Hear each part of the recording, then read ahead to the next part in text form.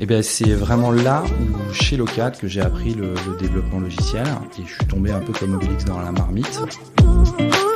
J'étais habitué à avoir des équipes, une petite dizaine de personnes, et là l'enjeu est autre, c'est de devenir manager de manager.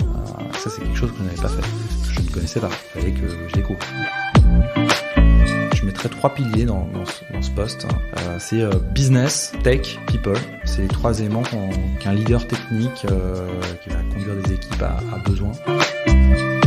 Je suis Pierre L'Hôpitalier, cofondateur de Kaibi, société spécialisée dans le digital et le développement applicatif. Ces 15 dernières années, j'ai eu la chance de rencontrer de nombreux CTOs et talents du monde de l'IT qui le sont devenus. Aujourd'hui, je leur donne la parole et ils nous donnent leur vision.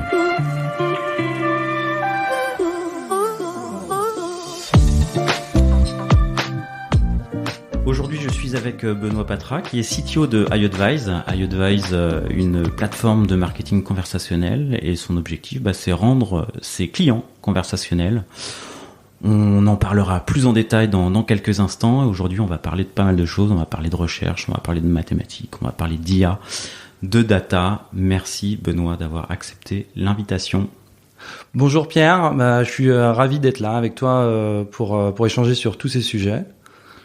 Et peut-être pour commencer, parce que tu as un parcours un peu atypique, c'est peut-être pas le terme, mais c'est vrai que toi tu as démarré plutôt par la partie recherche, enseignement, avant de qu'il y ait des traits d'union dans ta carrière vers du privé. Est-ce qu'on peut avec plaisir, ouais. En fait, j'ai fait une formation qu'on appelle formation par la recherche. Donc, très concrètement, ça veut dire un parcours relatif, un peu classique, classe prépa, puis l'école normale supérieure de Cachan dans le département de maths, qui était à la fois à Rennes et à Cachan. Donc moi j'étais sur la partie rennaise, ce qui est devenu l'école normale supérieure de Rennes par la suite. Donc parcours avec un tronc commun de maths, on va dire théorique.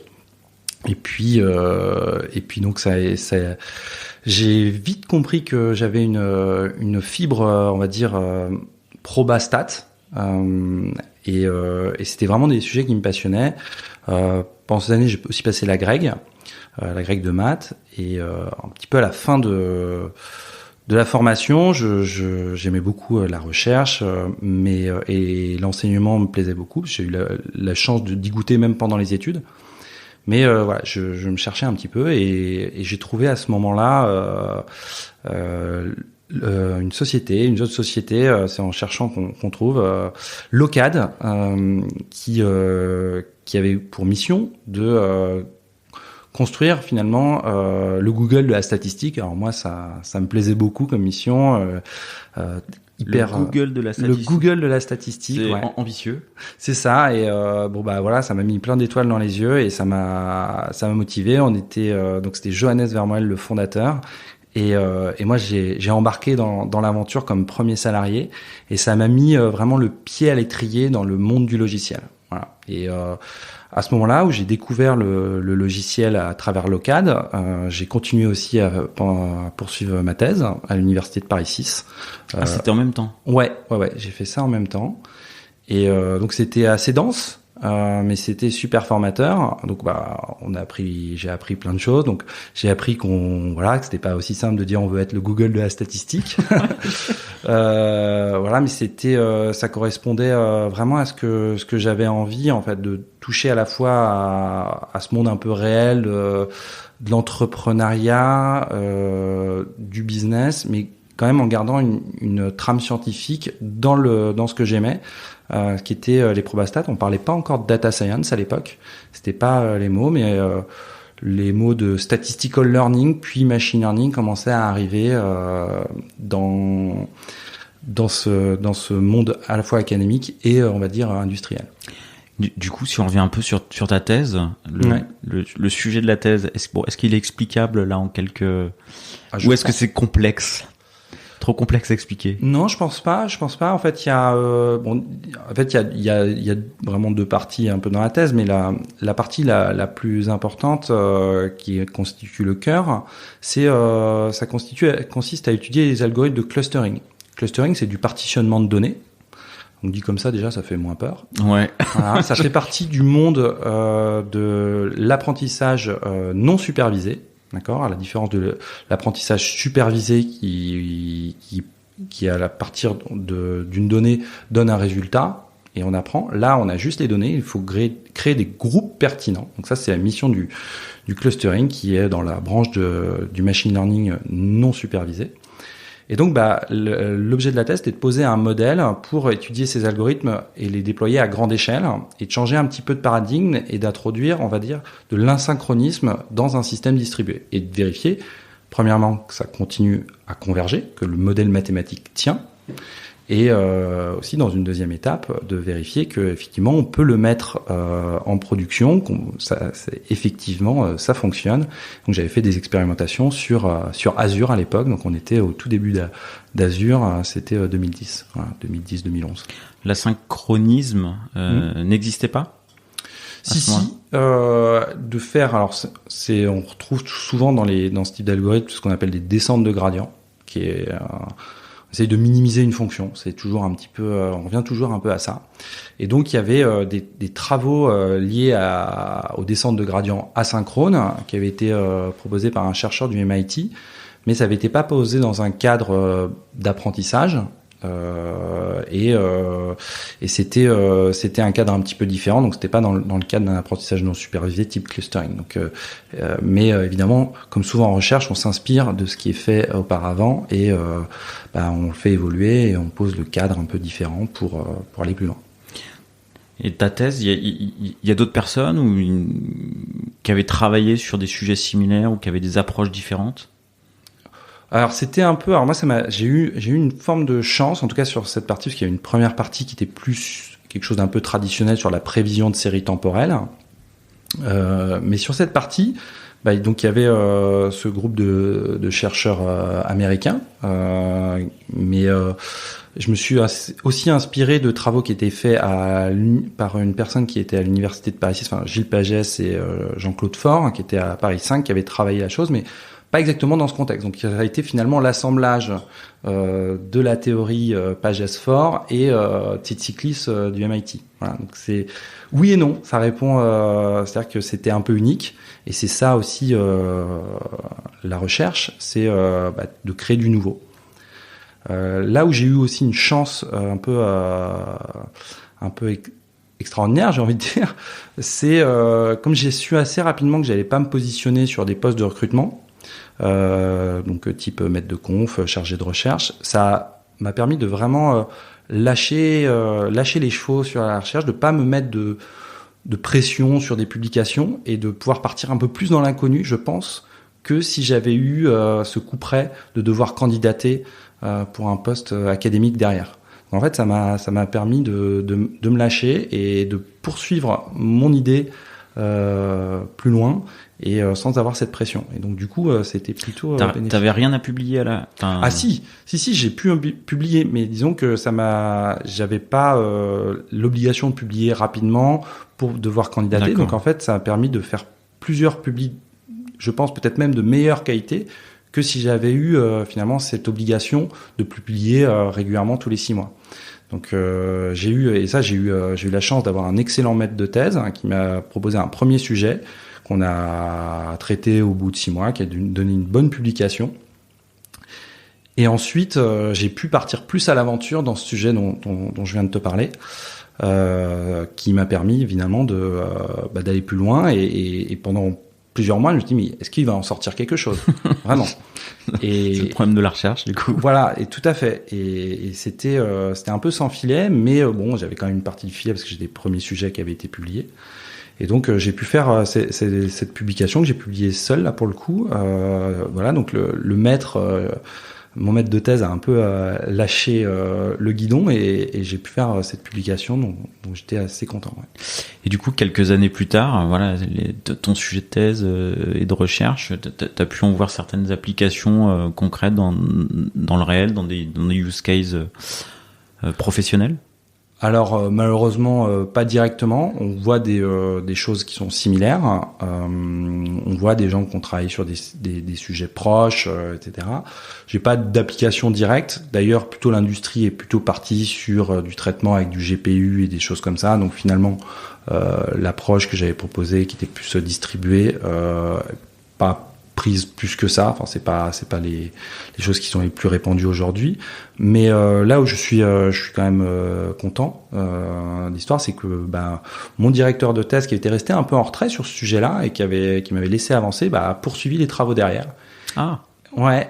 Et ça, un an ou deux après, j'ai reçu un coup de fil donc de Gérard Biot, qui était mon directeur de thèse, et qui aujourd'hui dirige le pôle IA de la Sorbonne, qui a la chaire IA de la Sorbonne.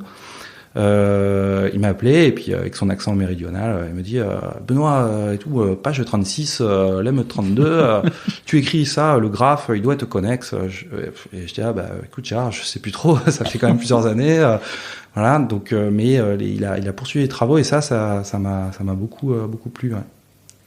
Ah, c'est chouette ce petit témoignage. Enfin, savoir que ça, qu'il y a eu une suite, quoi. Ouais. Et qu'il y a encore une suite, quoi. Oui, tout à fait. Il faut être raisonnable. Comme Gérard dit aussi, souvent en recherche, on transforme un epsilon en epsilon sur 2. Voilà, c'est quand même rarissime les thèses qui révolutionnent un pan de la science. Ça arrive, mais c'est rare.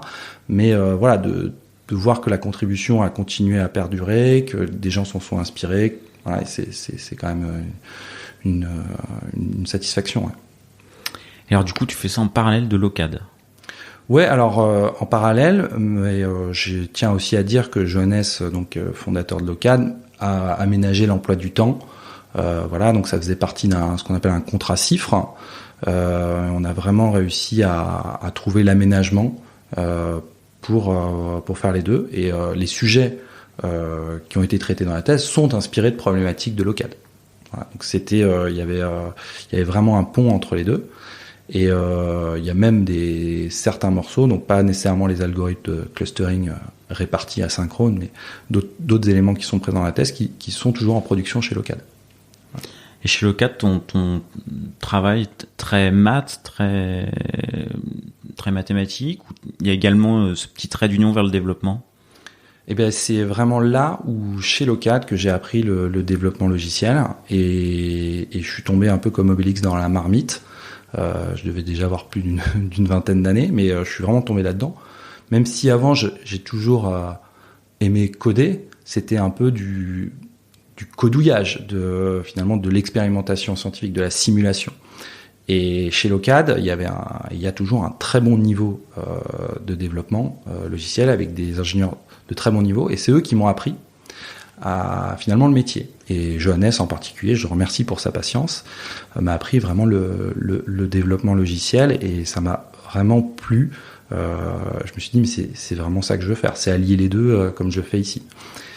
Et donc c'est là où j'ai appris, et c'était aussi important parce que c'était dans la vision de Locad de ne pas mettre une ségrégation trop forte entre les personnes qui vont plutôt travailler sur le moteur statistique et les ingénieurs logiciels. Donc, c'était aussi possible parce qu'on était une petite structure, mais en tout cas, moi, ça m'a beaucoup enrichi personnellement. Petite structure, très petite, hein, du coup. Ah au début, moi, j'étais le premier employé de Locad. Ouais. Premier employé de Locad, et aujourd'hui, c'est une 50aine de personnes à peu près. Ils sont toujours place d'Italie, voilà, dans le 13e arrondissement de Paris. Ok. Et du coup, tu y restes combien de temps chez Locad? Qu'est-ce qui te fait partir aussi? Quelles sont les aventures qui te poussent ailleurs? Eh ben, un petit peu, je pense que ça s'entend un peu dans le témoignage. Je pense que j'avais aussi envie de vivre un peu, battre de mes propres ailes, voir aussi autre chose. J'y ai passé plus de 3 ans avec la thèse comprise. J'avais un petit peu envie de voir autre chose, et donc c'est là où j'ai eu l'opportunité de rejoindre eFront. Donc eFront, qui est une société qui est dans le private equity, donc la finance non cotée. Et donc eFront qui était en pleine croissance. C'était les fonds d'investissement, tout ça n'était pas équipés de solutions logicielles. Et eFront est arrivé avec une solution rapidement sur le marché avec une grosse vélocité. Et donc j'ai appris un peu l'orthogonale de l'OCAD. J'ai appris plein d'autres choses. Que ce soit un aspect peut-être business un peu plus marqué avec des attentes clients, des enjeux forts à délivrer rapidement, des contraintes de prod, des contraintes de scaling, on peut parler de dette technique par exemple. Voilà, tout ça j'y ai été initié chez eFront. C'était une super expérience de ce point de vue-là. Et ton rôle chez eFront du coup c'était software engineer. On n'avait pas il n'y avait pas beaucoup de title ou de career path. Donc il y avait on était tous software engineer globalement, et donc j'ai été dans l'équipe plateforme qui avait pour mission finalement de créer la partie commune de tous les produits eFront. Et donc c'était une super équipe. J'ai eu la chance de travailler avec des gens de très bon niveau qui m'ont vraiment fait progresser. Et on intervenait un peu partout. On avait une petite casquette de pompier qui était assez chouette, ce qui m'a permis d'aller à l'étranger plusieurs semaines, notamment à Singapour par exemple, pour travailler sur des projets assez critiques. Et c'était passionnant. Tu partais en mode pompier à l'autre bout de la terre. Exactement. Il y a le feu, C'était à peu près ça. Ouais. T'as un exemple de feu que t'as été éteindre?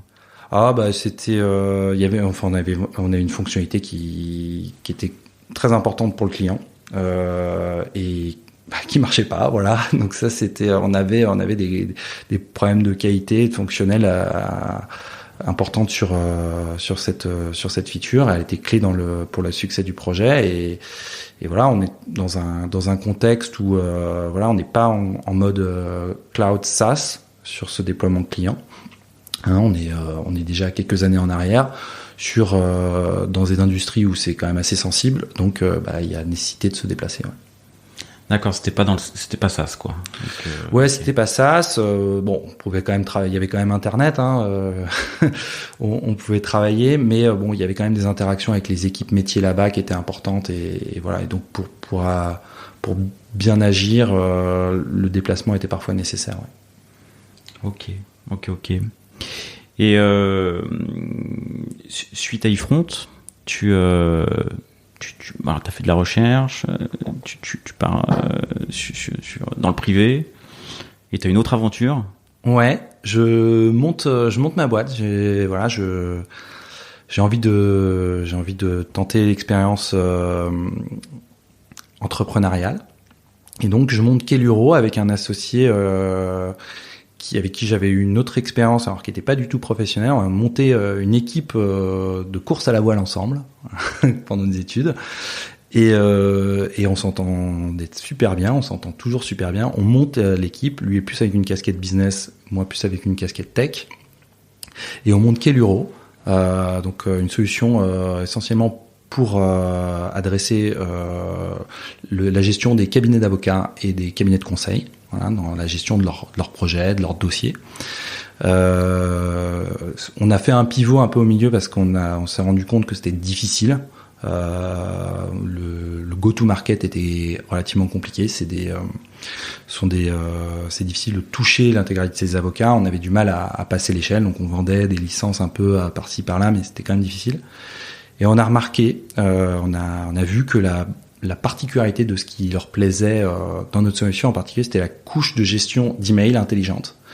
Et donc, on a un peu pivoté vers une solution finalement de traitement de l'email intelligent. Donc, c'était Kelluro Augmented Email Messaging. Kelluro, donc la solution intelligente de gestion de l'email. Et donc là, on a fait une première levée de fonds, mais on a eu un peu du mal à trouver notre base d'utilisateurs.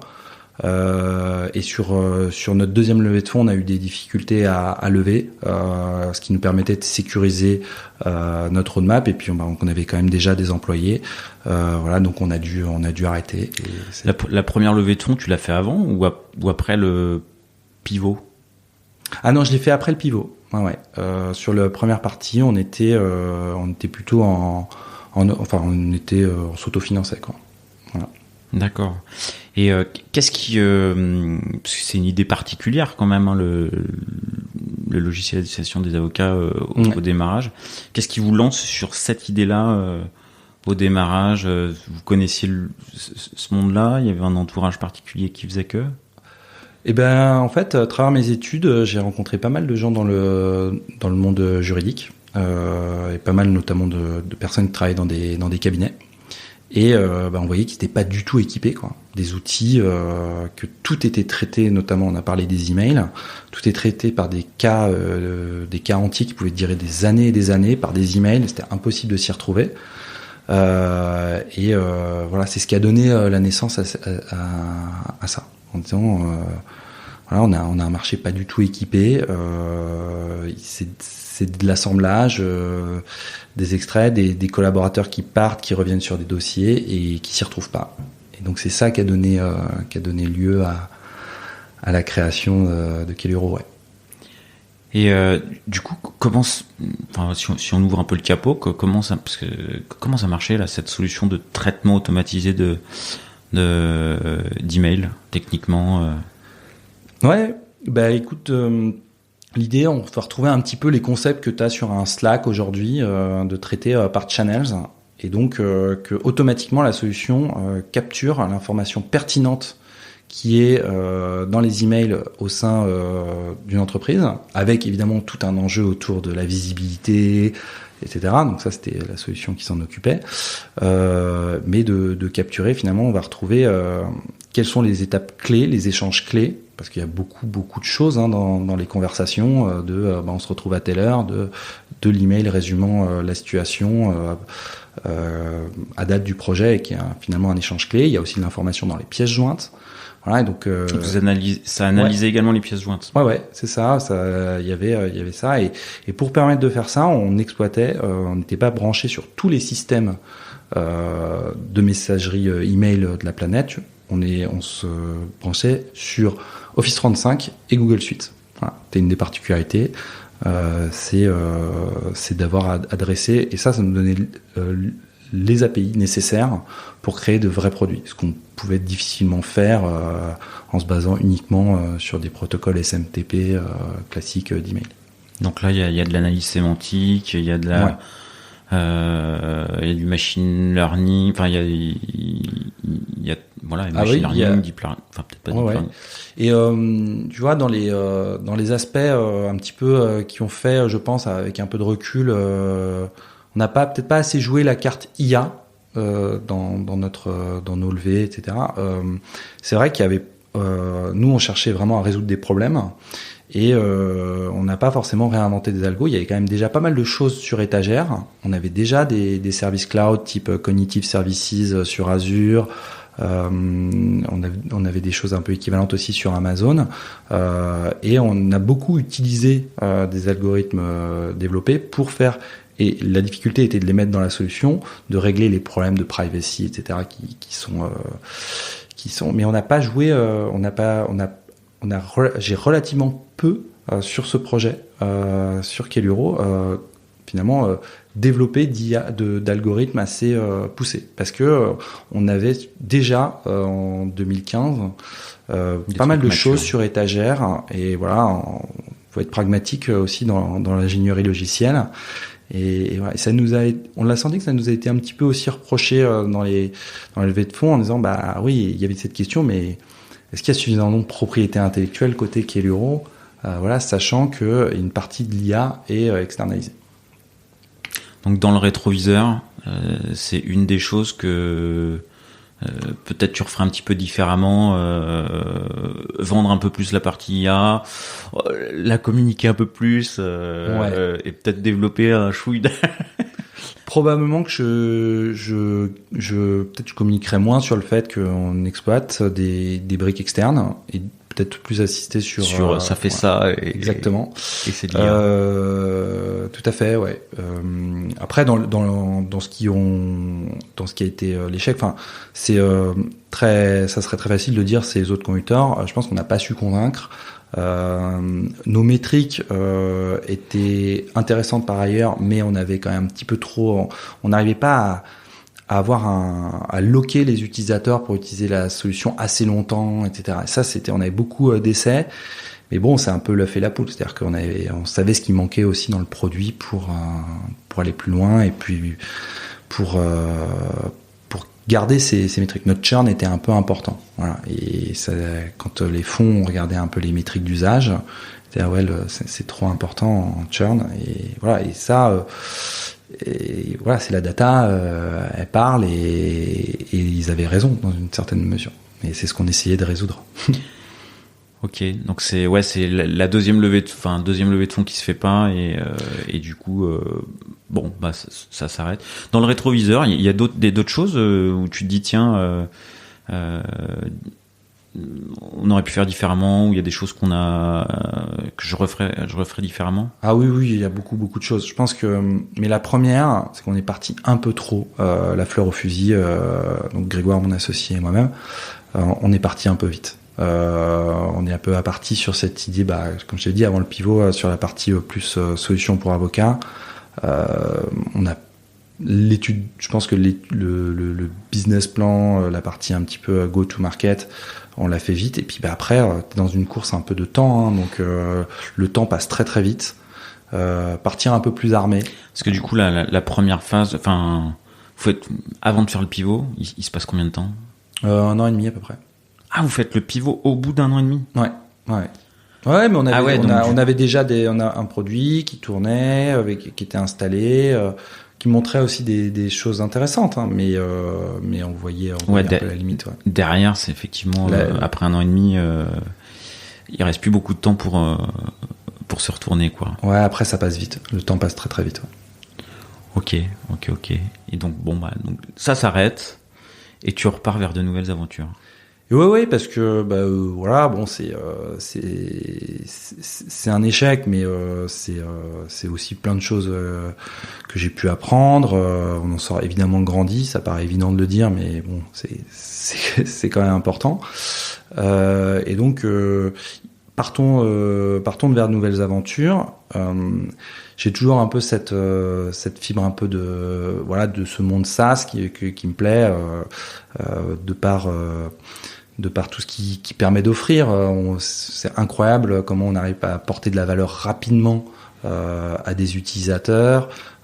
C'est à la fois intellectuellement extrêmement satisfaisant, donc je sais que je veux rester dans ce monde SaaS, et donc je fais la rencontre de Talent Today, et de son fondateur qui me propose de rejoindre l'aventure. Donc on est en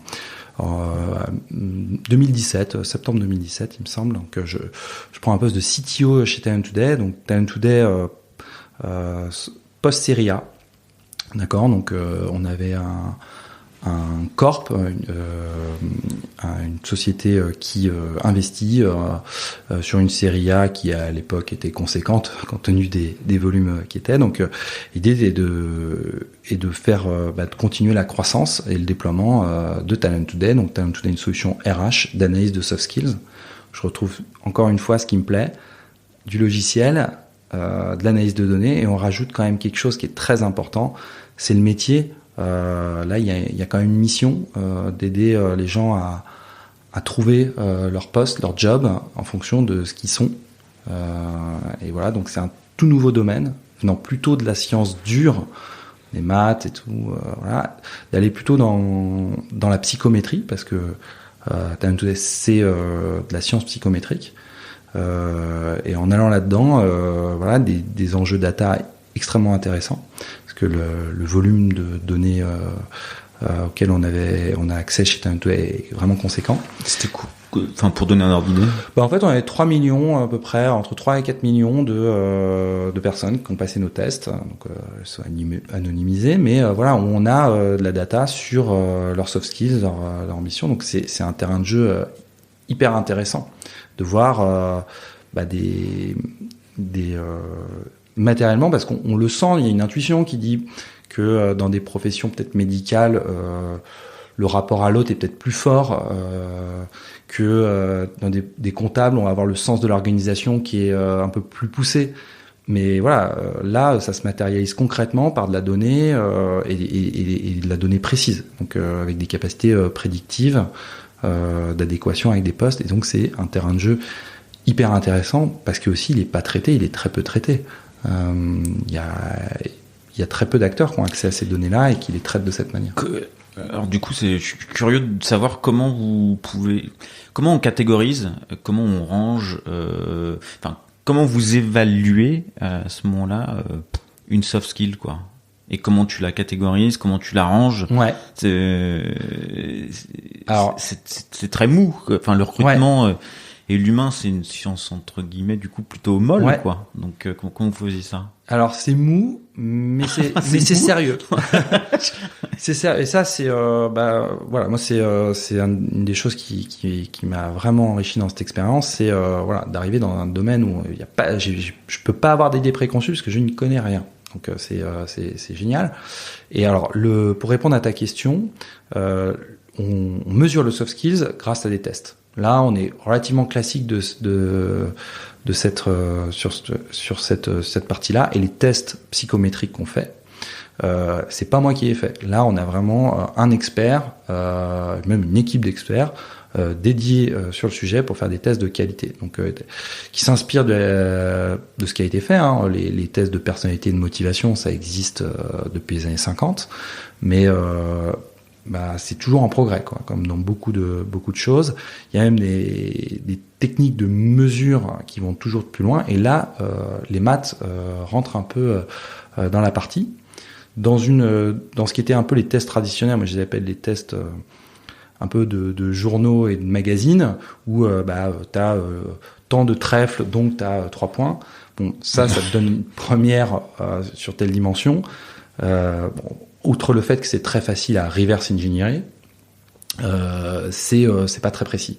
Et par contre, t'as des vraies théories mathématiques qui permettent vraiment de fitter le modèle. On retrouve un petit peu des semblants de ce qu'on fait quand on fit un modèle en machine learning. Donc il y a des ponts un peu, et qui vont te permettre finalement de calibrer des modèles sur ce qu'on appelle plutôt des modèles gaussiens.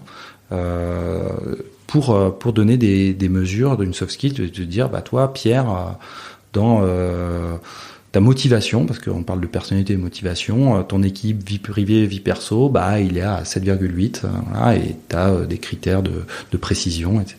Vous pouviez mesurer quoi comme type de soft skills, du coup? Alors, mesurer, évaluer, noter, quoi. Ouais. En fait, le soft skills, et donc on l'a défini, parce qu'il faut poser un peu une définition aussi chez Talent Today, c'est la personnalité et la motivation.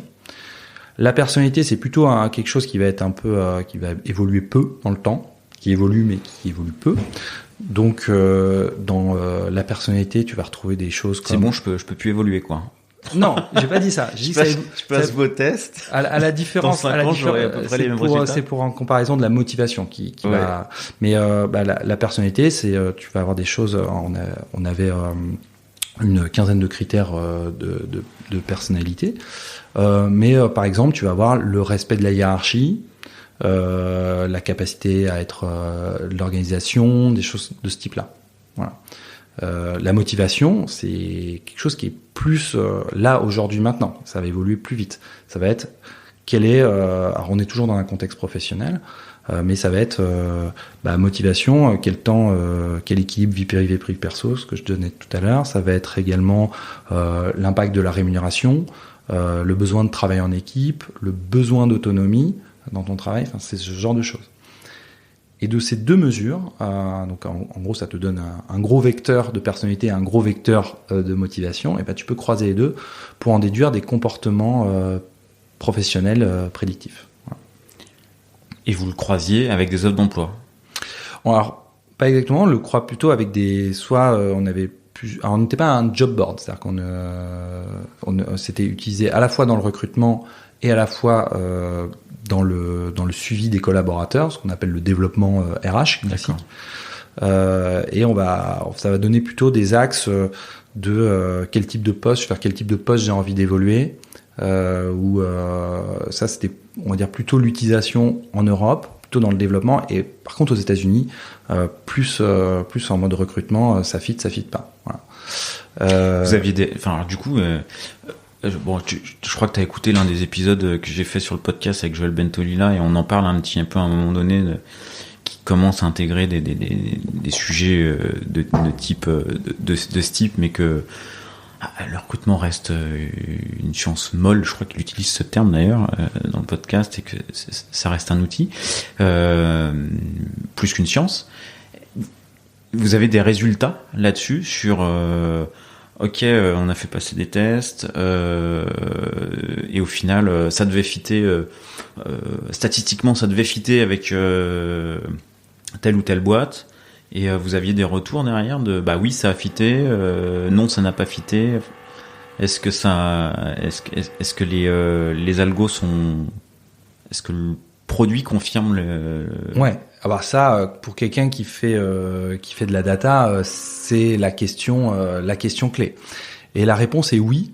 Et ça, c'est en particulier, j'ai un projet avec, on a eu un projet un peu à grande échelle sur lequel on a vraiment bâti un plan expérimental avec près de 8000 personnes, sur lequel on avait un certain type de postes. Et on avait fait le placement avec Talent Today, le placement 100, et on voyait l'écart de performance en fonction des postes. Peut-être de manière un peu plus précise, tu vas avoir des postes de vendeurs ou des postes finalement plutôt de suivi on va dire care, support. Et là tu voyais vraiment tu voyais vraiment une différence, des gens qui avaient à une mesure de la compétition, par exemple, ils performaient mieux sur des postes de vendeurs que sur des postes de type support, etc., où on va plus aller chercher dans l'empathie. Et là, ça va être plutôt les critères d'empathie qui sont finalement les traits sous-jacents au succès. Ouais. Donc ça fonctionnait bien, quoi. Ça fonctionnait bien, ouais. Après, c'est pareil, il faut prendre quand même aussi du recul par rapport à ces outils. C'est pas des outils à prendre à l'aveugle sur un recrutement clé. Voilà, c'est une aide au recrutement. Je pense qu'il faut une aide. Voilà, le métier de recruteur, de RH ne disparaîtra pas au profit de ce type d'outils. J'y crois pas. Mais par contre, ça peut être une aide très précieuse. Ok. On en a pas parlé, mais du coup, c'est ton premier poste de CTO. Enfin, typiquement. Ton expérience de création d'entreprise, tu lui dois ce poste de CTO ou pas? Enfin, est-ce que ça t'a permis de le décrocher ou... Je pense, oui. Parce que pour le coup, il y a du création d'entreprise, il y a du management, il y a du business, il y a du métier, il y a du produit. Fatalement, c'est ce qui t'a permis le pont. Ouais. Et en fait, si je peux me permettre, j'élargirai un petit peu la question. Je crois que dans toutes les expériences, je pense que je n'aurais pas pu accéder à l'étape d'après, à l'autre expérience. En tout cas, si j'avais pas eu celle d'avant, il y aurait quelque chose qui m'aurait manqué. Ça, c'est assez certain. Et oui, pour répondre à ta question, en particulier sur Talent Today, je pense que ce qui a plu au cofondateur Martin, que je salue au passage, c'est ce qui a plu, c'était l'expérience entrepreneuriale, et puis manager certes des petites équipes de ma propre entreprise, mais c'est quand même des expériences de management. Et du coup, là, on a parlé un peu du produit Talent Today, des enjeux data, de volumétrie, IA, les contours du poste, les enjeux du poste en tant que tel, en tant que CTO, quels étaient-ils? Il y avait du scale, a priori. Ouais. Alors bon, je suis arrivé dans un contexte un petit peu particulier chez Talent Today. Bon, comme ça arrive souvent dans les boîtes série A, c'est que c'était un petit peu, il y avait beaucoup de choses à faire. Le contour du poste, initialement, c'était une équipe plutôt engineering, une équipe plutôt data, voilà, en tout une petite dizaine de personnes. Et rapidement, il y a eu un départ du CPO, donc j'ai pris une casquette produit. Voilà. Et puis il y a eu beaucoup de choses qui se sont passées et notamment on avait ce corp qui nous soutenait, qui nous a un petit peu lâché, j'ai pas trop d'autres mots, et du coup on s'est retrouvé dans une zone un peu de turbulence, ça n'a pas été facile pour les équipes, ça a été et ça c'est arrivé très rapidement après mon arrivée, 2 mois après. Et donc il y a eu on a été racheté par un groupe américain de staffing. Voilà, donc j'ai dû prendre une casquette beaucoup plus large, puisque en fait j'ai pris un rôle finalement de general manager par intérim, ce qui était ça avait été très clair avec leur preneur que voilà, ils avaient placé quelqu'un à eux, c'était une de leurs premières acquisitions sur de la tech. Voilà, ils avaient pour mission de placer quelqu'un à eux, mais voilà, le courant passait bien, ils avaient confiance en moi, et donc ils ont dit de toute façon cette personne doit terminer son MBA aux États-Unis, va pas pouvoir avoir le temps de s'en occuper. Voilà, est-ce que tu peux assurer l'intérim, est-ce qu'on peut faire ça ensemble? Et puis moi j'ai trouvé que c'était super, c'était une super marque de confiance. Donc une de mes missions après ça a été d'accueillir cette personne qui a pris le rôle de general manager dans les meilleures dispositions possibles. Et donc voilà, j'ai sorti un peu du rôle là de CTPO et j'ai recruté aussi des équipes sales.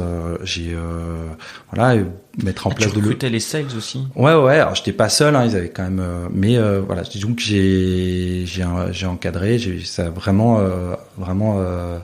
dépassé, et puis pour accueillir donc cette personne qui est arrivée un an après.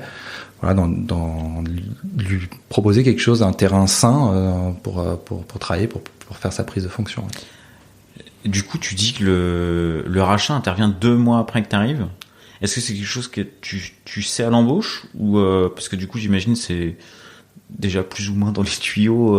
Ah non, c'est juste 2 mois après, c'est la zone de turbulence où en fait on se rend compte que un de nos gros clients actionnaires commence à dire voilà, c'est des énormes structures, et bon, tu te retrouves avec un petit peu des combats des chefs, et en fait il y a une autre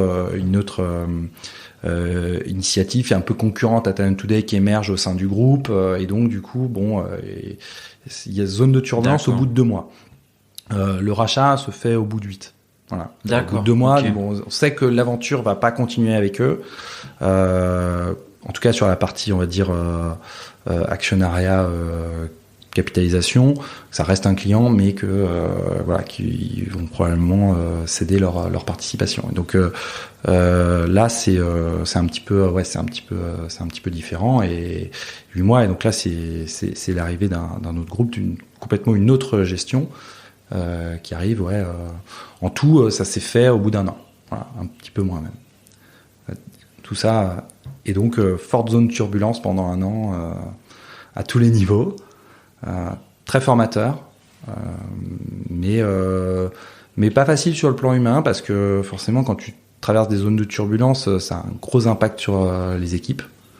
Voilà, il y avait des particularités aussi à ce cadre-là, parce que on avait une antenne aux US, même si la plupart des équipes étaient à Paris. Les fondateurs étaient donc un aux US, un en France, mais pas forcément à Paris, et puis beaucoup amenés à se déplacer, etc. pour suivre des déploiements du produit, enfin beaucoup de choses. Et concrètement, il n'y avait pas, c'était des équipes très jeunes qui étaient en place à Paris, donc c'était pas simple d'assister à cette turbulence. On voyait des clients, ça remontait, des choses. Apparemment, on va pas continuer ensemble, et nos CS apprenaient ça du client. Enfin, tu vois, donc ça a créé beaucoup de désordre. Il a fallu calmer un petit peu et stabiliser l'avion, et ça c'était pas simple à faire. Ouais. Ça a été ton rôle. Et du coup, après 1 an, ton rôle devient quoi? Bien après donc il y a eu une première année, comme tu disais, un petit peu avec ces zones de turbulence, qui a débouché sur le rachat, une année un peu de de transmission, hein, cette année où j'ai pris la casquette un petit peu general manager par intérim. Et puis après ça a été là, c'était plutôt la reconstruction, etc. Et j'avais eu la sensation d'être arrivé au bout de ma mission après cette 3e année finalement. Et ça fait le pont. Tout à fait. vers le poste actuel chez iAdvise. Ouais, c'est ça. Et exactement. Et je sentais arriver un petit peu au bout de la mission. Voilà, on avait un repreneur, une boîte saine, une tech qui fonctionne, un produit sur les rails. Ça serait exagéré de dire ça, mais bon, voilà. En gros. Voilà, et donc c'est une autre gouvernance qui est pilotée par les US. Moi, j'arrive un petit peu à l'étroit et j'ai envie de voir un petit peu autre chose, m'accrocher à des challenges plus gros et c'est là où l'opportunité iAdvise arrive. Et donc c'est encore un autre challenge. Là, c'est un challenge de dimension, de taille, parce que iAdvise a déjà 10 ans. A déjà une trajectoire extrêmement impressionnante de croissance.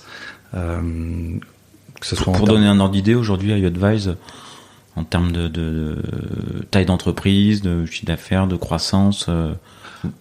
En termes de taille, on est à peu près 200 collaborateurs et le pôle Product and Engineering, c'est une petite 60aine de personnes. Ah, c'est un tiers de la boîte. Ouais. On est un éditeur SaaS, donc c'est quand même important. C'est le cœur du réacteur, j'ai envie de dire. Et donc oui, voilà. Donc c'est un enjeu de taille. Moi, le poste là, c'est autre chose parce que j'étais habitué à avoir des équipes, une petite dizaine de personnes. Et là, l'enjeu est autre. Je deviens manager de manager. Ça, c'est quelque chose que je n'avais pas fait, que je ne connaissais pas. Il fallait que je découvre. Et donc ça, c'était, je dirais, le premier enjeu et qui me motivait aussi très fortement.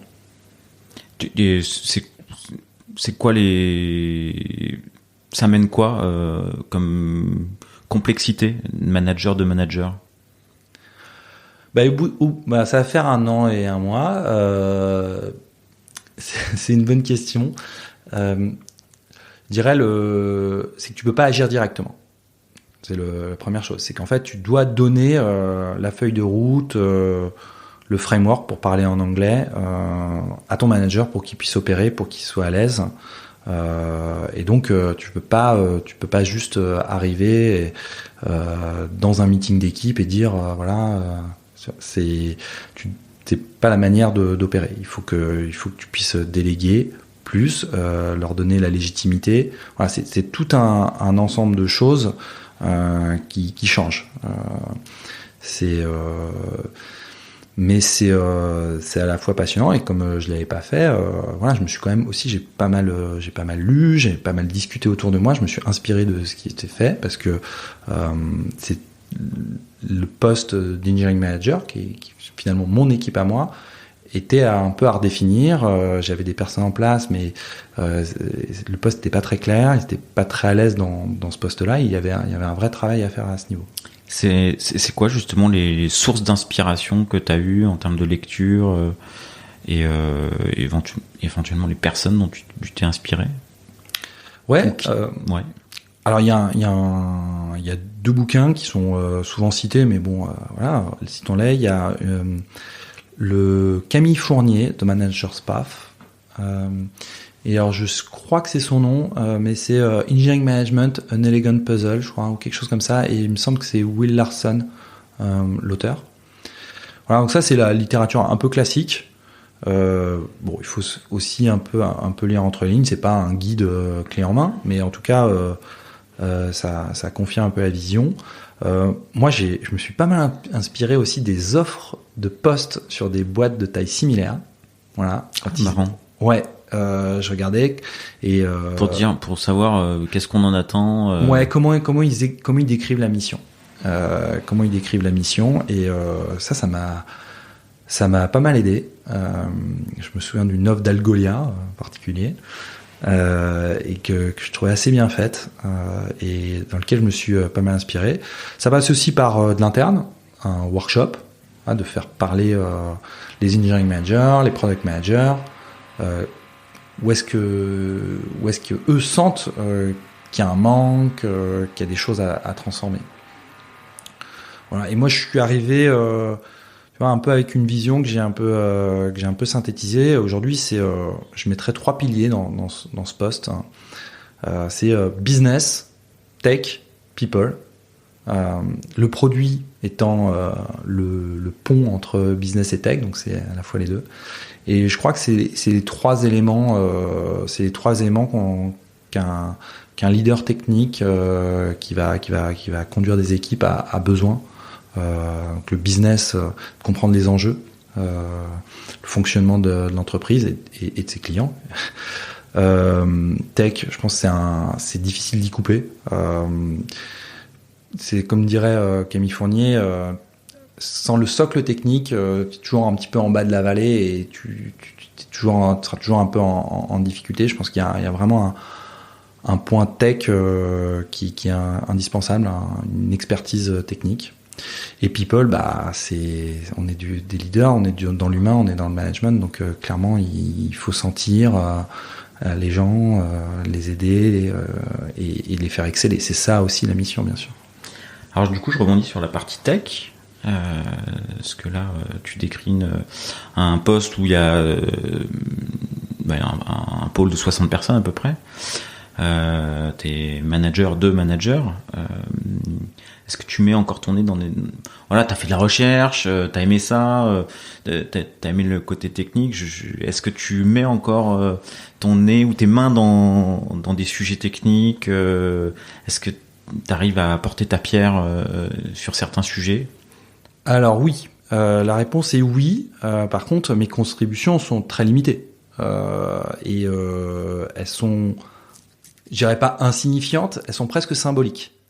Mais voilà, c'est aussi un message, c'est de dire voilà, je suis aussi. Mais là, par exemple, on avait un vieux morceau de JS de JavaScript, donc qui participait à l'onboarding. Il fallait mettre un petit coup de nettoyage, il fallait nettoyer un peu de CSS, enlever un petit peu de logique. Enfin, c'était une petite contribution. Mais voilà, je me dis plutôt que d'aller dire à quelqu'un de le faire, je vois ce qu'il y a à faire. Voilà, il y a quelques lignes de JavaScript à retirer, à rechanger. Je le fais. Ce qui est important, c'est de pas devenir déjà, c'est de savoir d'essayer de recruter des devs qui vont avoir un plus gros impact que celui qu'on pourrait avoir. Il faut pas se tromper de rôle. D'accord, on n'est pas là pour développer à leur place. Ils sont brillants. Et donc le but c'est pas de se mettre là-dedans et de contribuer. Par exemple, moi je n'ai jamais contribué dans les sprints avec des points, etc. dans nos rituels agiles. Voilà, je mets un petit peu de WD-40 de temps en temps sur des sujets, mais ça s'arrête là. Et donc, mais déjà parce que ça me passionne et que je pense que je serais triste de pas mettre un peu mon nez. Mais ce qui est important, c'est de garder une certaine forme de distance, de pas être le décisionnaire et de se faire reviewer comme n'importe qui. Voilà, ça je dirais mais il faut pas devenir essentiel au delivery du produit ou au delivery tout court.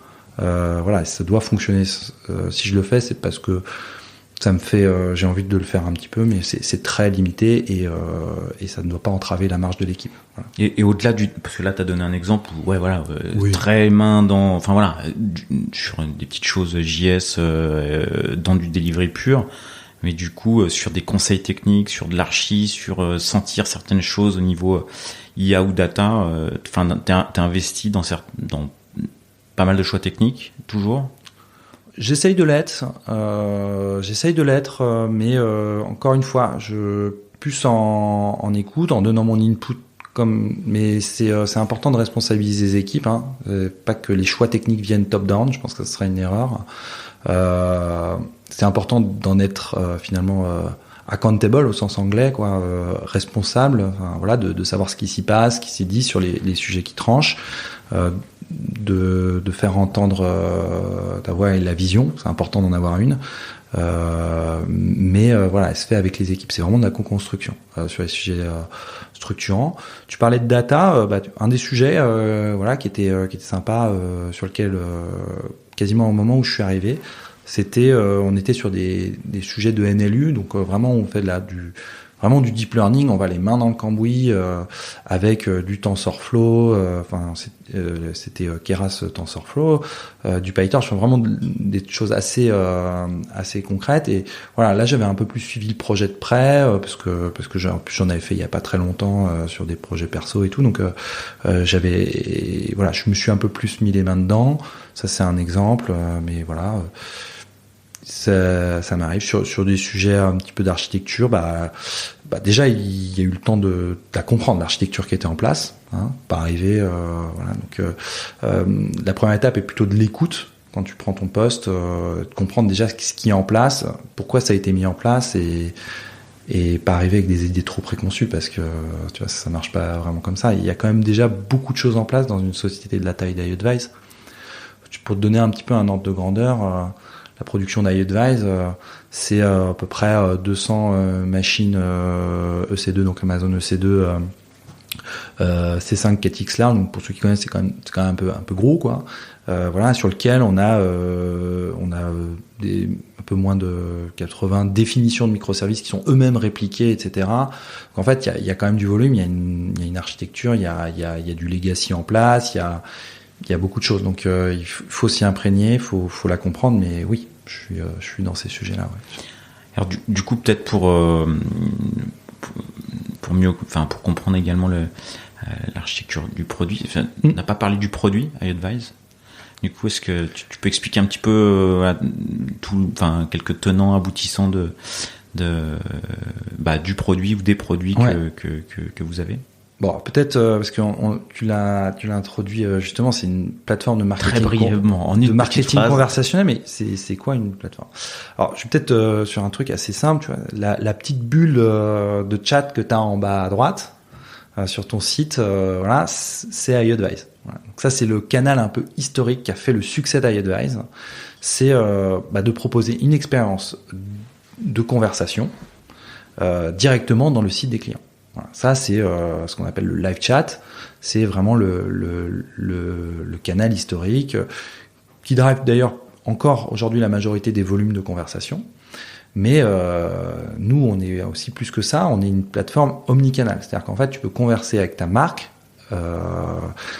client. Tu vois, si tu veux acheter un produit sur la Fnac ou ce type d'acteur, tu vas pouvoir utiliser le chat dans leur site, mais tu peux aussi utiliser des canaux tiers via des réseaux sociaux, Facebook, Twitter, du direct messaging, Facebook Messenger, du WhatsApp et ce genre de choses. Voilà. Et IAdvise te permet de consolider toutes ces interactions et de les mettre à disposition des agents, donc des personnes qui vont répondre à toutes ces sollicitations, ce qu'on appelle finalement les opérateurs, les agents, qui peuvent être soit des employés de la marque, soit, et là on ouvre un autre chapitre qui est passionnant chez IAdvise, des experts indépendants. On a une communauté d'experts indépendants qui s'appelle IBU, qui sont des passionnés de sujets et qui prodiguent des conseils en ligne aux visiteurs, aux personnes qui dialoguent avec cette marque et qui donnent donc des conseils avisés et qui sont rémunérés pour ces conseils. Voilà. Moi j'aime beaucoup la communauté IBU et c'est une des raisons aussi pour laquelle j'ai rejoint IAdvise. J'aime beaucoup, c'est vraiment une ubérisation vertueuse. Si on fait IBU aujourd'hui, si des marques décident d'aller avec IBU, c'est pas pour des questions de réduire leurs coûts, c'est de personnel, c'est vraiment parce que c'est une expertise qu'ils ne trouvent pas ailleurs. Tu vois, sur des conseils de sport, on va dire outdoor, c'est très difficile d'avoir des personnes pouvant répondre, qui soient des vrais passionnés, qui pourront prodiguer des conseils vraiment avisés. Et c'est ça que permet IBU. IBU, c'est monsieur et madame tout le monde, passionnés de bricolage, de sport, d'high-tech, qui vont donner des conseils en ligne et qui vont aussi pour ça à arrondir leur fin de mois et ça marche très bien pour des gens qui sont par exemple dans des situations peut-être en transition. Voilà, on a beaucoup d'experts et ça fonctionne très bien. C'est un peu particulier comme ça allie du bot, de l'IA, du conversationnel et de l'humain, quoi, et de l'expertise humaine. Et comment vous connectez les deux? Oui, bah c'est vraiment notre proposition de valeur, c'est de faire les deux. Bah tu vois, typiquement, quand tu vas être dans une conversation, y a des choses à finalement faible valeur ajoutée, qui peuvent être importantes, mais qui ne seront pas à traiter par un humain. Je te donne un exemple. Dans ta conversation, tu veux demander où en est ma commande et tu donnes le numéro de commande. Bah, en fait, à partir d'un moteur NLU, c'est assez simple. Enfin, en tout cas, il est capable de capter l'intention. C'est un suivi de commande que je veux traiter. De capturer le numéro de commande. Il reconnaît que c'est un numéro de commande avec le bon format. D'interroger l'API de notre client qui a les statuts de commande, ou l'Order Management System, et de le retraiter. Et ça, bah, finalement, c'est une interaction qui est mieux traitée en termes de valeur perçue pour le visiteur que si ça escalade vers un humain qui va aller chercher, qui va peut-être même se tromper d'ailleurs sur des systèmes où ça va prendre du temps. Voilà.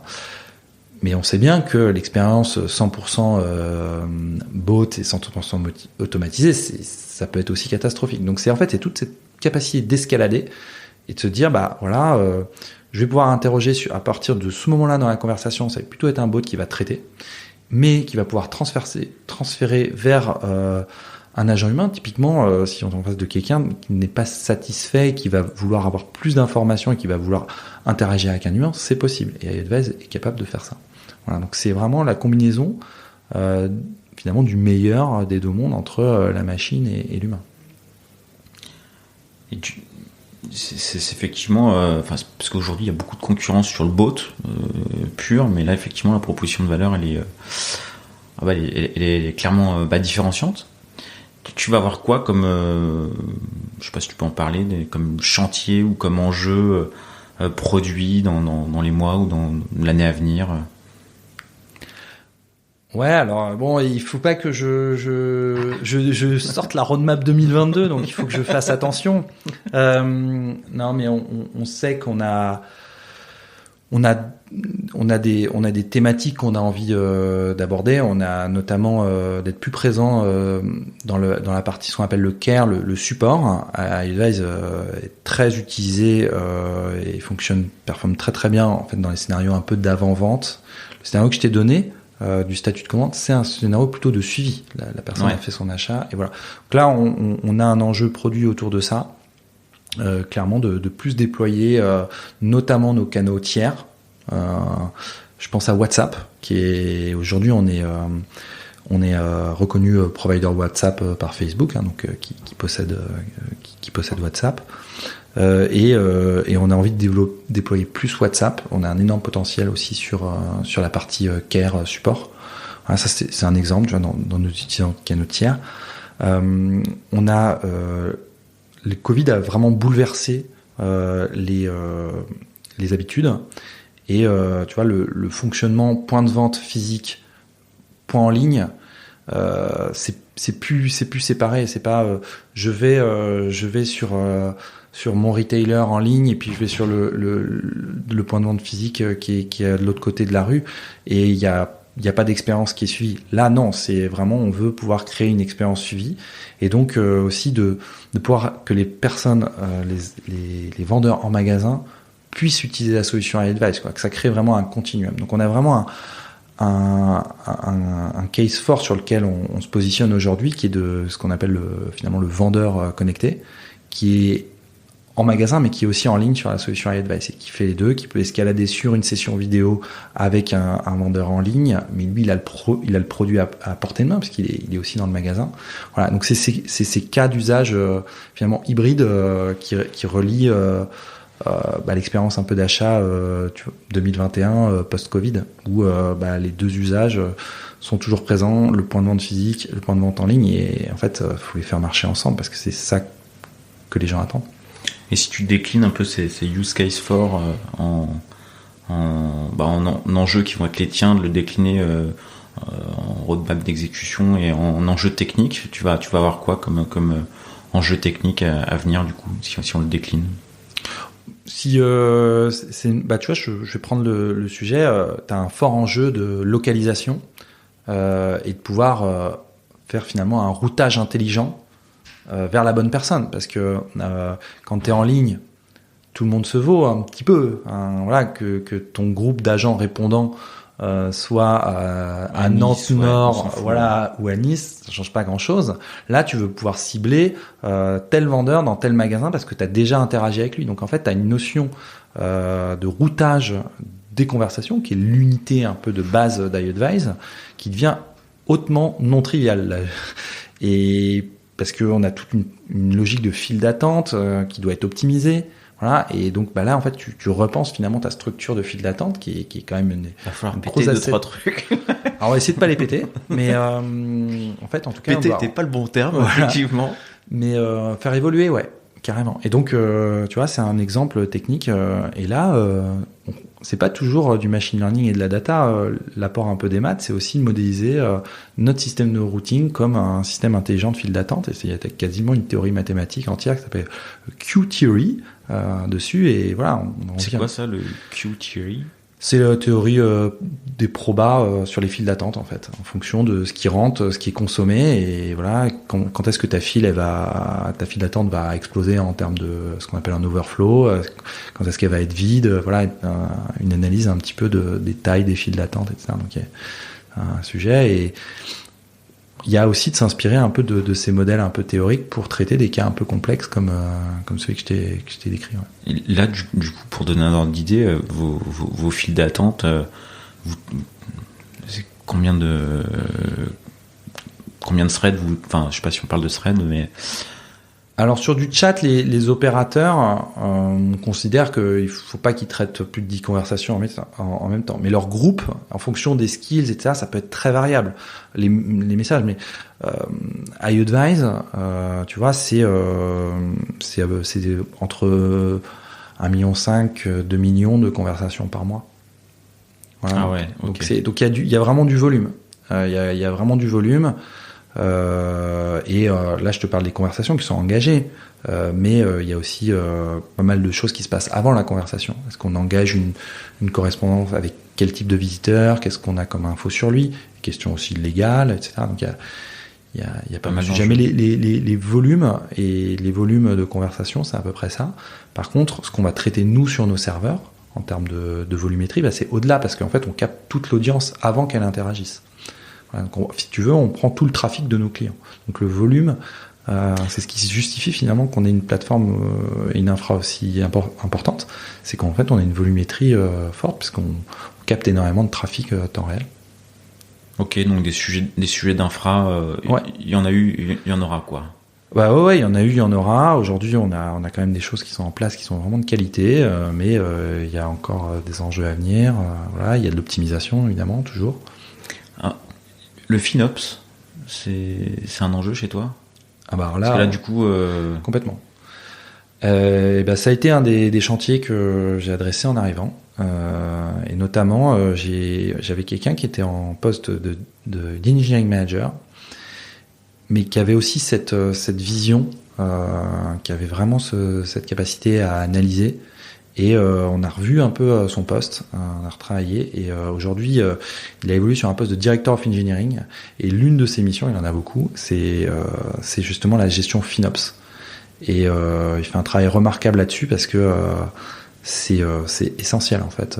On est dans des tailles à la fois sur la partie humaine, voilà, et la masse salariale, mais sur les tools et le hosting, c'est aussi conséquent.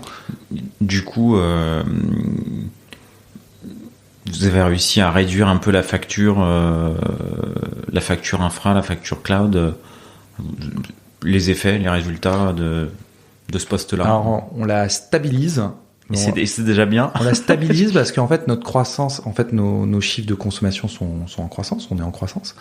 Et donc, tu vois, on est sur une infra élastique, donc on s'adapte à la charge qui nous est demandée. Ouais. Et donc, en fait, on a fait beaucoup d'optimisation, mais tu vois, en termes de facture, on est stable. Donc c'est en relatif. Stable. On optimise. Voilà, donc on rapporte nos métriques de plateforme à l'unité au chiffre d'affaires, quoi. De trafic. Ouais, c'est ça, ce qui est chez nous en fait la conversation, c'est l'unité de base. Donc la corrélation est pas directe, mais ça permet de mesurer et voir quand même qu'on fait plutôt du bon travail de ce point de vue-là. Et du coup, s'il y avait des petits tips ou peut-être pas des quick wins, enfin les trucs que vous avez fait qui vous ont fait gagner, auxquels vous avez fait attention, qui vous ont permis de stabiliser, t'en as en tête?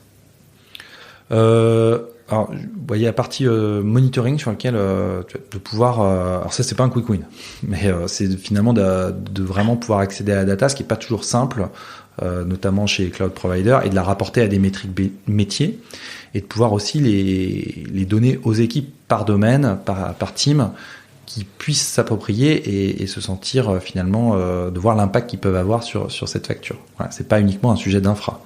Ça serait trop facile. Finalement c'est de l'applicatif aussi, donc c'est à toutes les équipes qui sont concernées. Donc ça c'est la partie pas quick win. Sur la partie quick win, slow win. Okay. Ouais. Non, bon voilà, nous on avait une particularité, c'est qu'on avait quand même du data transfert assez important.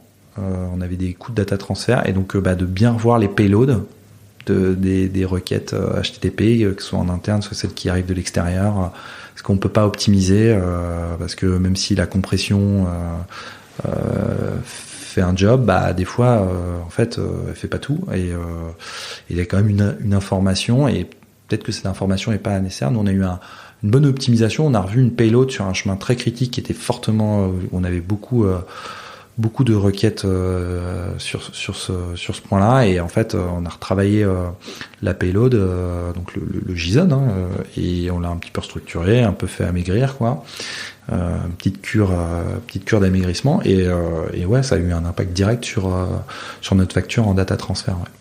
Donc ça c'est un quick win. Ça c'était un joli quick win. Ouais. Ok. Tu penses à d'autres? Ça peut servir. Donc si tu penses à d'autres, n'hésite pas.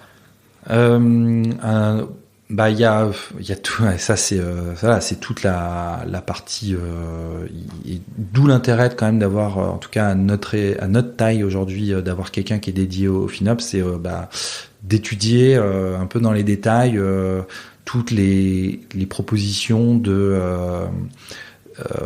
saving plans, de discount qui peuvent être proposés, de négocier des private pricing avec le fournisseur. Alors, ça c'est un quick win parce que ça c'est pas de l'évolution au niveau des développeurs ou des équipes. Voilà, c'est de bien comprendre, et c'est pas toujours simple, et je pense que c'est un peu volontaire aussi de la part de ces fournisseurs d'infrastructures d'avoir des choses compliquées, parce que on va avoir tendance à pas regarder, mais si il faut aller creuser, et parce qu'il y a quand même des choses importantes à gagner ici. Ouais. Ok. Je vais rebondir sur un truc que tu as dit. Le Covid, tu as eu une phrase, le Covid a bouleversé pas mal de choses. Moi, si je regarde ton arrivée chez iAdvise, j'ai l'impression que tu es arrivé dans une période où potentiellement l'onboarding se faisait à distance. Oui. Ouais, ça fait partie des challenges. Enfin, quand on est manager, arriver à distance, comment tu as géré ça? Enfin voilà, difficulté, pas de difficulté Bon, déjà un point essentiel, c'est que iAdvise, vraiment, même s'il y avait des enjeux importants en termes, c'était un environnement extrêmement sain. Ça a été un vrai bonheur dès le premier jour. Voilà, et ça, c'est toujours le cas. Donc voilà, j'ai été très bien accueilli. Mais c'est vrai, tu le dis, je suis arrivé en septembre. À cette époque, j'habitais encore à Paris. Je faisais des allers-retours et ça durait assez peu parce qu'on est vite rentré dans le deuxième confinement. Et oui, même si on avait un onboarding quand même corporate qui était assez structuré, voilà, ça on fait un gros point d'honneur que tous les collaborateurs soient bien onboardés. Côté engineering, c'était moins évident. Puis j'ai eu aussi des sujets qui sont arrivés tout de suite. Donc pas facile forcément d'avoir les petites discussions que tu as un petit peu informelles à midi, etc. pour bien comprendre certaines situations. Donc ça a été un challenge, ouais. Mais globalement on s'en est sorti. Et ça s'est bien passé. De toute façon, tout le monde était la terre entière était dans la même situation. Il fallait apprendre ça. Et donc c'était pas simple parce qu'il y a iAdvise a une très forte culture en interne. Notamment on a par exemple notre Genius Beer qui est un événement rituel du jeudi. Où c'est bière avec toute la boîte dans nos locaux nantais et ça je sentais que ça manquait aux équipes, je l'entendais, et toi t'arrives un petit peu ça et tu te retrouves finalement, t'aimerais continuer cette culture que tu trouves hyper positive, mais t'es dans une situation où tu peux rien faire parce que t'as rien d'autre à proposer que le remote et une remote bière, quoi. Donc c'est pas facile de créer du lien, de continuer ce qui a été un des succès culturels d'iAdvise. T'as pas envie d'être du tout le fossoyeur de cette culture qui est super, mais bon, il faut t'as un contexte sanitaire auquel tu peux pas déroger, quoi. Donc ça a été le point un peu difficile. Bon, on commence à en voir le bout du tunnel. Là, on a fait un super séminaire tous ensemble avec toute la boîte. Dans la région, et quelque chose de simple, tu vois, un séminaire très simple, juste c'était disconnect to reconnect, voilà.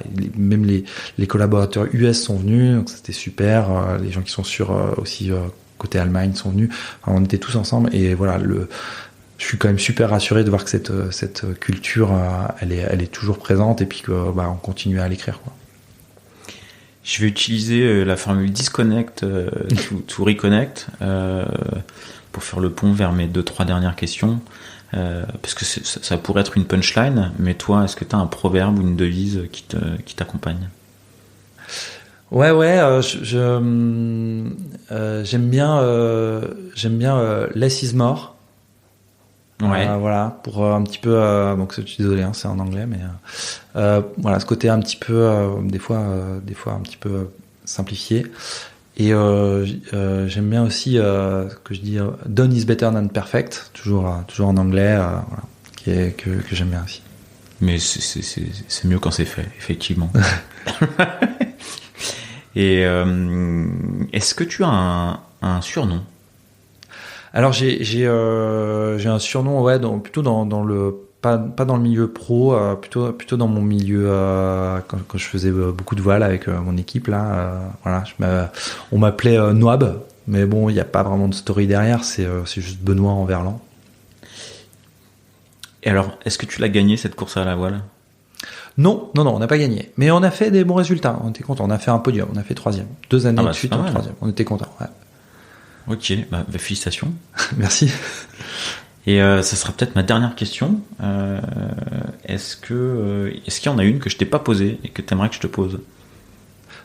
Oui, on n'a pas discuté finalement de, tu vois, c'est quoi les sujets tech qui me passionnent du moment que j'ai envie de bosser, si on avait des journées de 38 heures sur lesquelles je me penserais. Ouais, bon, alors du coup, t'as de la chance. Tu as des journées de 38 heures. Ouais. Alors ça serait quoi? La stack iAdvise est en Scala. Moi, j'ai fait un petit peu de programmation fonctionnelle en F#, et déjà, j'ai envie un petit peu plus de m'imprégner de ce langage-là, parce que je le connais assez peu, même si donc ça c'est le truc un peu basique. Sur un truc un peu plus exotique, en ce moment je suis assez intéressé par tout ce qui touche au quantum computing. Donc j'ai fait pas mal de, il y a ces mises à disposition de tous ces, on peut appeler ça des toolkits, qui permettent de coder, commencer à manipuler des objets quantiques, et commencer à faire des algos quantiques. Alors c'est souvent tu copies ce qui existe, parce que quand même pour inventer un truc toi-même, dans ce monde-là, il faut se lever de bonne heure. Ouais, il faut que les journées fassent vraiment. Mais c'est hyper patient, parce que Enfin, ça allie vraiment tout ce que j'aime, quoi. L'aspect, on va dire, science, maths, physique, et évidemment le programming. Un algo quantique, ça a des spécificités par rapport à un algo non quantique? Ah bah, ça va avoir vraiment, là, c'est une question ingénue. Ouais. Bah, disons que ce qui est qui théoriquement sur un ordinateur classique se fait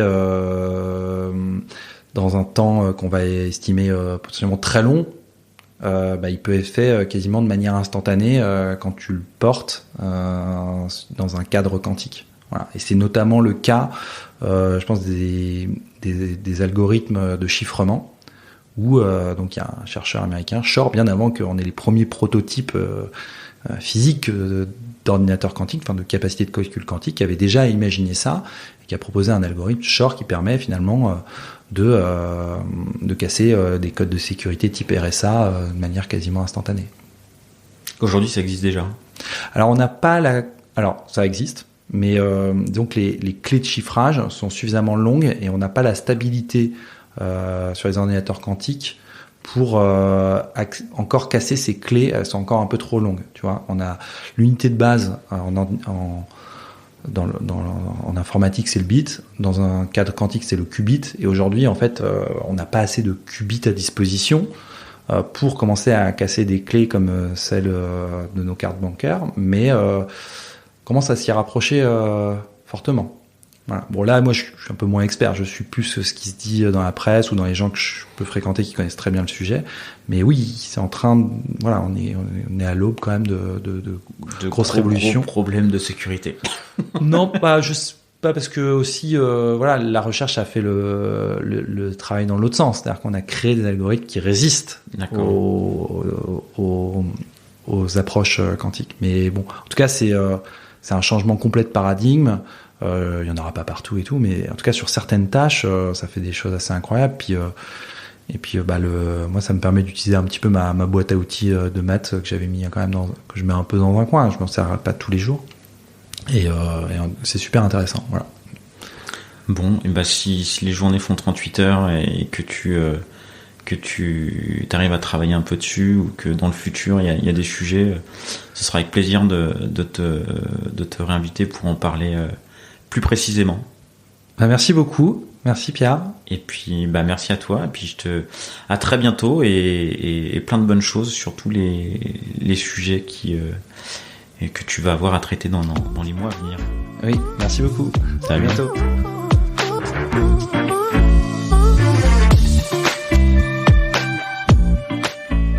L'épisode est terminé, j'espère qu'il vous a plu, et si c'est le cas, c'est le moment de prendre 2 ou 3 secondes de plus pour 2 ou 3 clics. Un petit clic pour un pouce bleu, ou un petit clic pour un partage aux copains, ou un petit clic pour vous abonner et ne pas rater le prochain épisode. À très bientôt.